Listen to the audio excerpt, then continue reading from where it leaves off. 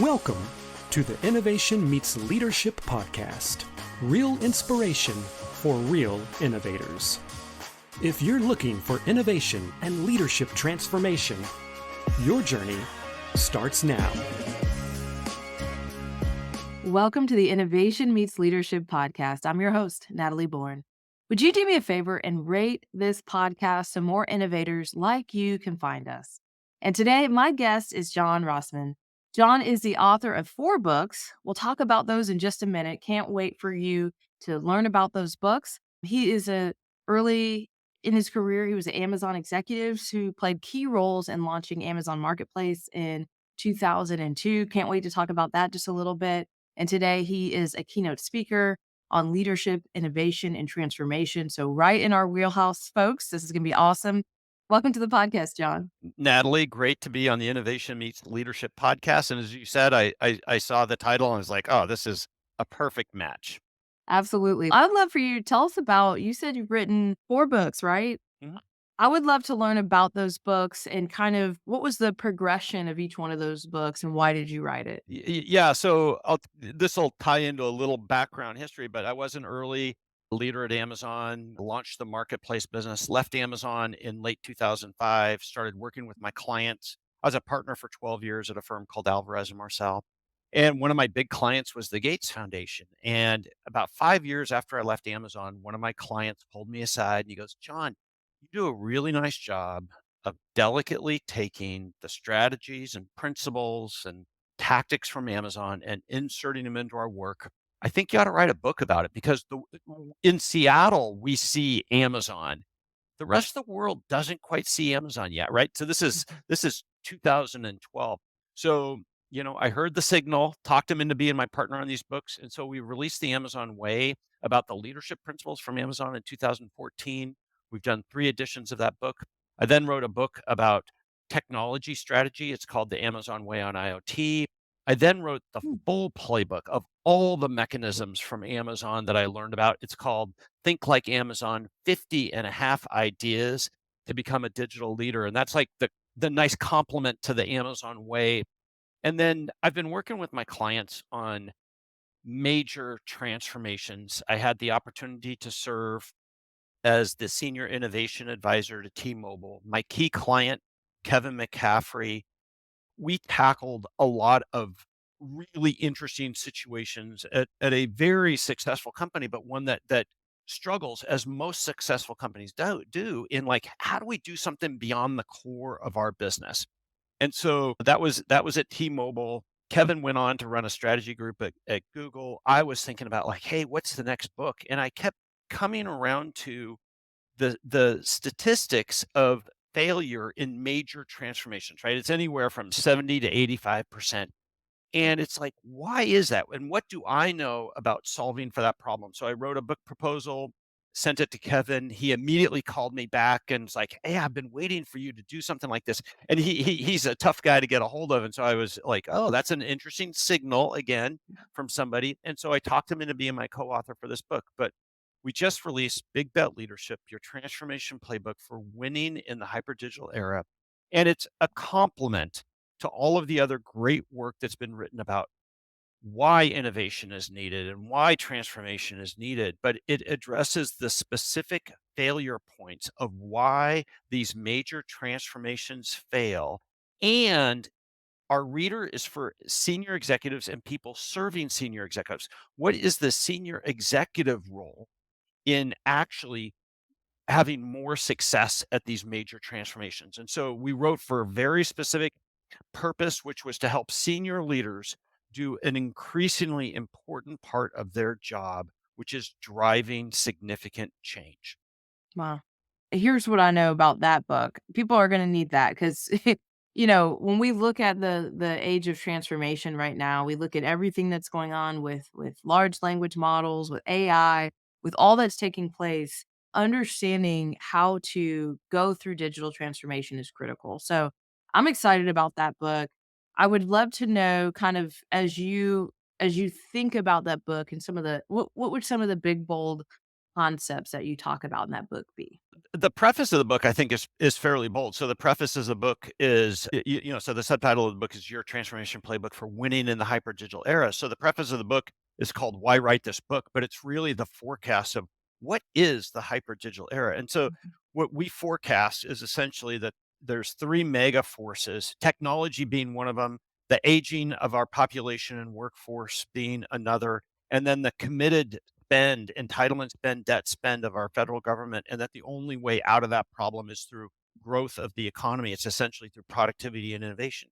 And you combine those three mega forces together, and what we forecast is a change, is a period of rapid change. And that change is going to be different than the past kind of 25 years of digital transformation in this way. The past 25 years of digital transformation has done a lot in improving the customer experience, a lot of business innovation, business model innovation, but productivity has been on a slow increase. And I Mhm. think that's what's going to fundamentally change, is that we are going to see companies that are engineered, they're designed for 10 to 100x normal productivity levels than the similar company would be today. And so if that thesis is correct, think about the degree of change, both winners and losers, that are going to come out of that type of fundamental productivity change. What does it take to get an output from an organization? And so that's why we forecast that although you feel like you've got a lot of transformation to manage today, I think it's going to pale in comparison to what's coming at us. And it's those leaders who understand how to harness the opportunity and to address straight on the problems in their business and have a system for driving transformational change, not incremental change, but transformational change, that those are going to be the leaders that are set up for success. And that's why we wrote this book. It's for those few leaders who really want to win and are willing to do a few things differently on these major, bold moves than what they do on their incremental types of projects and investments. Where would you say the difference in thinking comes from? Is it more of a where does the transformation really need to happen? Is it in the leader's thoughts and mind, or is it in the organization? Is it in how they approach problems? Like when we're thinking about transformation, I mean, the first place that transformation has to happen, right, is within the leader's mindset and in the team. So when you're thinking about this and grappling with this idea in the book, where is it really kind of the place where the force needs to hit, right? Like where does the force need to come down and hit for? I love the insight in your question, Natalie, because when I work with senior leaders, they're like, yeah, the organization needs to adjust. Others need to do something differently. And I'm always like, we need to make some changes to how you hold the golf club here. Like your swing needs a little adjustment here, right? And so it really starts with senior leadership. Incremental things can happen and be sponsored and grow from kind of the middle of an organization, but a major transformation is about senior leaderships, and not just agreeing with the concept, but they have to own it. They have to be all in on this. And so it truly is, I think the difference is about getting senior leadership to make a few adjustments, not on everything they do, but on how they run these major transformations. And that's really the thesis of the book, is to give them some tools to do things differently on these major types of capabilities. And so we broke the book down into three sections. Big bet thinking, that's really about like, hey, how do we conceptualize and get clear thinking and discussion and better decisions about what the transformation is? Because there's lots of things we could do. We can only really go forward with one or two bold moves. The second section is about big bet environment. And that's really about how do we create an environment that is different and distinct than our normal type of operating rules, procedures, approaches that are needed to get the best possible success levers to a big bet initiative. And the third is called big bet management. And that's really about the governance and processes of how to help a team succeed at these big bets. And so those are the three sections. We modeled the book from four big bet legends. And so these are leaders who Kevin and I worked for and studied, which are Jeff Bezos, John Ledger from T-Mobile, who pulled off a series of major big bets, Elon Musk and Satya Nadella of Microsoft. And what we discerned relative to other really good leaders on major transformations is they do three things differently. They create clarity, they maintain velocity, and they accelerate risk and value, deferring out other major commitments. Hmm. And it's really through the lens of those three habits that we tell the story and give senior leaders actions that they can take to be systematic in how they approach these transformations differently than their normal incremental understood projects. Yeah, this is interesting and also very powerful. I think that, kind of what I hear behind what you're saying as well is that there almost is like a internal transformation that has to take place before you're able to truly place a bet and go after transformation. And that's where you're able to tweak and twist that failure number, right? Because That's right. the mindsets aren't right internally. If the systems and processes aren't set up right internally, then man, how difficult is it going to be to implement transformation if everyone's not, rowing in the same direction? That's how you bust a boat apart when you're all trying to row in different directions and you're not in lockstep and in sync with where you're trying to go. Yeah, but I try to avoid having a transformation to get to the transformation, and everything, right? And so it's like, hey, what are the little things we can do? How do we Mhm. shrink the change? And some fairly small adjustments in how we work together can create a completely different tone, tempo, and success rate. So, an example. So, in the book, we take Amazon's working backwards processes, which is a pretty well understood. It's about writing and debating memos better than we typically do, which is kind of PowerPoint presentations. And the power of thinking through and debating all the potential things we could do and what is the real problem we are going to solve, what is our hypothesis about the outcome of that is.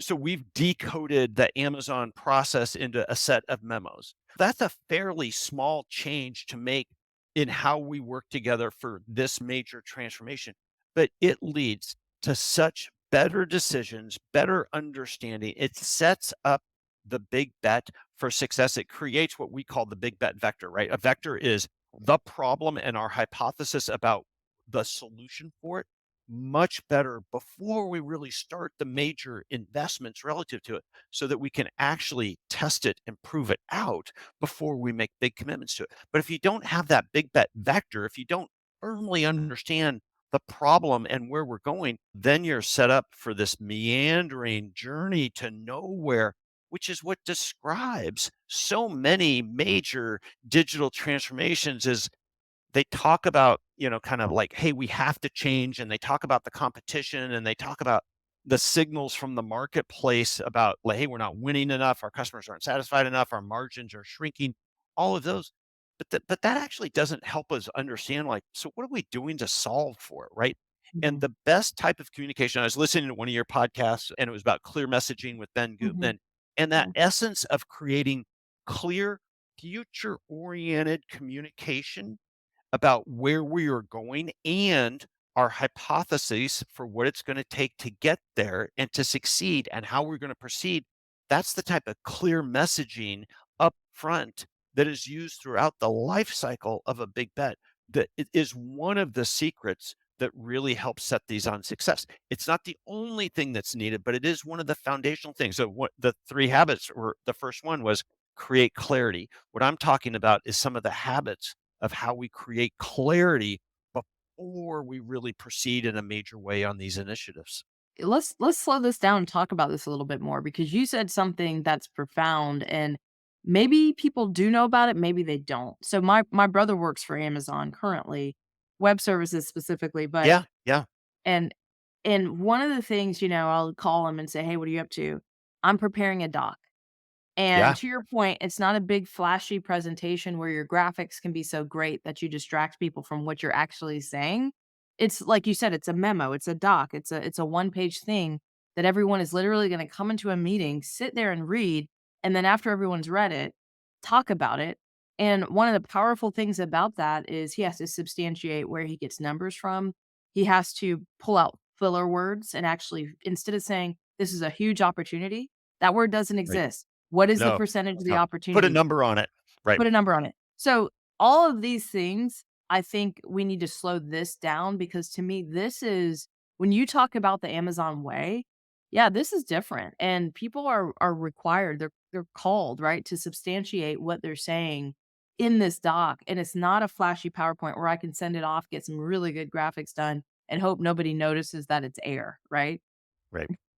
Yeah. So Bezos recently did an interview with Lex Friedman, and he talked at length about this, the benefits of writing and working in memos versus PowerPoint. And he talks about that, PowerPoint is easy on the presenter, but it's actually hard on the audience, because for a lot of reasons, one of which is you don't know what's coming. Whereas writing a document is hard on the writer, but it's much easier on the audience. You can get it beforehand, you can read it, you can Mhm. digest it, you can go through it in entirety and then ask your questions relative to it. It forces much better, clear thinking, and clarity is a function of both completeness of thought plus simplicity of wording, right? And so you need both of those things. You need both completeness and simplicity to have really good messaging in these types of memos. But imagine, especially if we're working on a complex situation, right? That's what a transformation is about. That's what a big bet is about, is a complex situation. Then the payback curve goes exponential if we're willing to change the way we work and write these things out and debate them a little bit more than we normally do. The payback is 100 to 1,000 fold because we're actually thinking through this. And one of the little underappreciated things about going through this process is you are actually experimenting by going through this process, right? Like the team is doing the set, Einstein always talked about thought experiments. We're essentially doing thought experiments by doing these memos. We're doing them as a team. We're testing each other, and we're testing our assumptions out and our understanding out to come up with our best perspective on how to solve this problem and then how we proceed on it. And that's why it's kind of a go slow to go fast Mhm. move, and it's a completely different way of working. It's not easy, but it is powerful. And so we tried to decode that, especially in the first 2 chapters of the book. Wow, that's really awesome. So, zoom out. If a leader picks up your book and they're thinking about their own business and their own digital transformation that they may find themselves in the middle of or in the midst of, what are some of the things that you think they're instantly going to kick into gear and say, okay, that's got to adjust. This has to change. We have to kind of think differently. What are some of those key things that you feel like will be Well, initial? in addition to creating clarity, and all the time, like somebody will invite me in and they'll go, "Hey, come talk to us," and I'll go interview 10 people, and nobody has a common definition of either the problem we are trying to solve for or what our hypothesis for what the solution is. Everybody has a different version. So that's one. The second thing is around team composition and how we manage these types of projects. These initiatives need full-time leadership and full-time teams. And so we talk a lot about the DRI in Big Bet leadership, directly responsible individual. Mhm, Amazon has their own version of this. It's called single-threaded leadership. But it is about a senior person who is full-time committed to this major transformation. And the multi-sided benefits that come out of a small but full-time committed team, I think is one of the real differences that most organizations don't realize why that's needed. If they put people full-time on the team, they put kind of a mid-level project manager, which is a super helpful role, and I'm not dismissive of that need, but it's not a senior person. They don't have mhm, sway in the organization. They can't get access. They don't know all the pressures that all the other senior executives are operating under. And so that type of senior leadership, if this is truly a non-incremental, has high potential but multi-sided risk to it, which is what a big bet is, high mhm, potential, multi-sided risks, don't underpower these initiatives from a leadership standpoint. I think that's one of the things you see all of these companies that are successful systematically at transformations is they have a senior leader who is full-time committed to that transformation. So mhm. that's one of the things that will probably be a stark difference relative to it. And then I think it's really the grasping of the understanding that This is inherently going to be a journey of experimentation and learning. You cannot predict what the end is going to be, what it is going to take to get there, or when we are going to start seeing the end of it. This Mm. is strategic wandering. Most of us are well prepared for an incremental investment. I know what it should take, I know what it should return, I know on what time frame it should get done on. These types of transformations are not like that. So you have to be very good at breaking them up, understanding how to build backwards. By Mhm. building backwards, you take the major value drivers, figure out a way to bring them forward, test them out, and then you start building in an incremental mindset. So many of these transformations start off with an 18-month or 24-month journey to build some sort of major platform or technology, and it's only until the very end that they actually start testing the major assumptions relative to the business case. Kevin and I went through something like this together, right? And what really needed to happen was we needed to build backwards instead of building Mhm. forwards in our normal manner.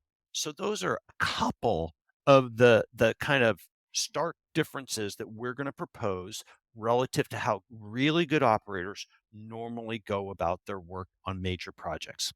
No, it's really good. This is awesome. Let's take a quick kind of pivot and talk a little bit about the aging workforce. How do you see that playing into the bigger landscape of digital transformation here? Most companies are experiencing this today, which is the ability to hire, train, retain, and help skilled workforces be successful like that is a major challenge and cost in most businesses. And so I think that what most businesses are having to figure out is how do we make the people we have more successful in their roles? How do we make the job more accessible to others? And how do we automate a lot of the repetitive non-value added activity so we can have people focused on higher value activity? And Mhm. so that is how labor shortages get manifested in companies, is like the willingness to automate work more to make what they have more effective. And that trend is going to continue in major forces. So, our the birth rate in this country has gone from 15 per 1,000 to 11 on its way to 10. Those types of over a period of time, the age in our workforce and the ability to access skilled labor is a major critical issue in most developed economies, and the pressure it puts on the major companies is, again, how do we automate work more so that our workforce can be more effective? And how do we help the workforce that we have be more effective in the jobs that they have? Yeah. Wow. That's gonna be a big problem to solve because to your point, really the kind of that senior layer, right? Of where a lot of the strategy is coming from, a lot of those pieces, if you don't have anyone to backfill in those places, that's gonna create just downstream impacts to every organization across the board, That's specifically right. in the US. So fascinating. I wonder And yeah. this is where, technologies like AI and generative Mhm. AI are going to have impact, but the mistake that I think most teams are approaching is they're saying, "How can I apply Gen AI to a situation?" And I believe in reversing that and go, "What's the major problem you have in your business, and what's the best way to solve that problem?"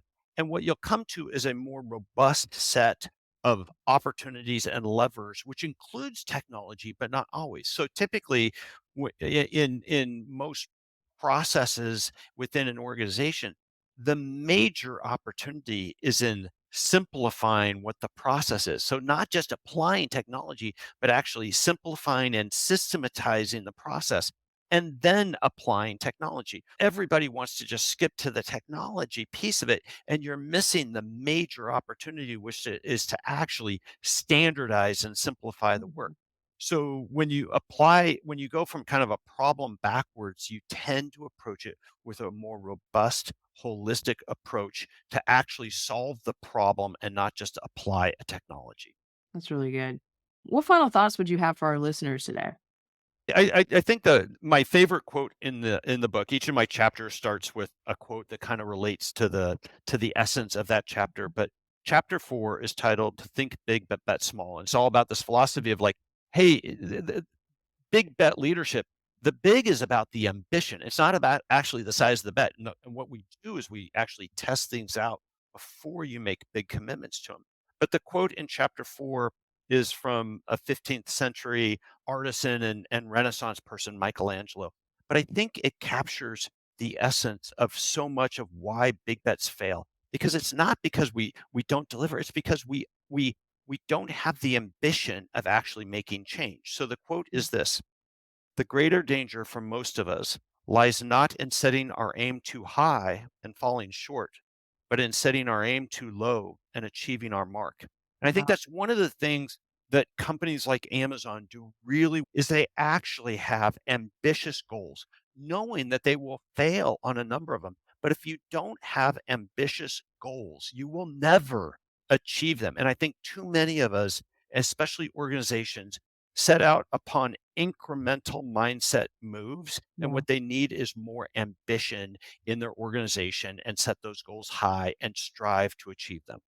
Wow, that's so powerful. I think that this is going to be an incredible resource in addition to your other resources to our audience here. Tell people where to find and follow you, and then where can they get your book? Sure. And one thing is I'll mention on resources is with Big Bet Leadership, you get access to a number of resources that come complementary with the book. So we have a Big Bet journal, we have a Big Bet pre-flight checklist, we have a Big Bet GPT, we have a Big Bet set of prompts, all of which you get with the Wow, books. But you can find me at johnrossman.com or at rossmanpartners.com. LinkedIn is probably the easiest. The book is a beautiful hardcover book, Kindle, a nice Audible version of the book at all of your bookstores, Amazon. And I love hearing from people and how they're thinking about applying the concepts from my books into their work. And I will always take a meeting on that. that's awesome. Thank you so much for your time today, John. This has been amazing. I'm going to listen back to this one a couple more times because you said a lot of things in this that are really going out into the future and thinking about how do we segment the world that we're going to be living in soon? How do we think about it? And then how do we help people transform to get there? So this has been very powerful. It's nice meeting you. And thank you for setting the stage for this conversation. Absolutely. To our listeners, thank you for joining the Innovation Meets Leadership podcast. Remember, don't just get out of the box, break the box and set it on fire. Let's go transform something.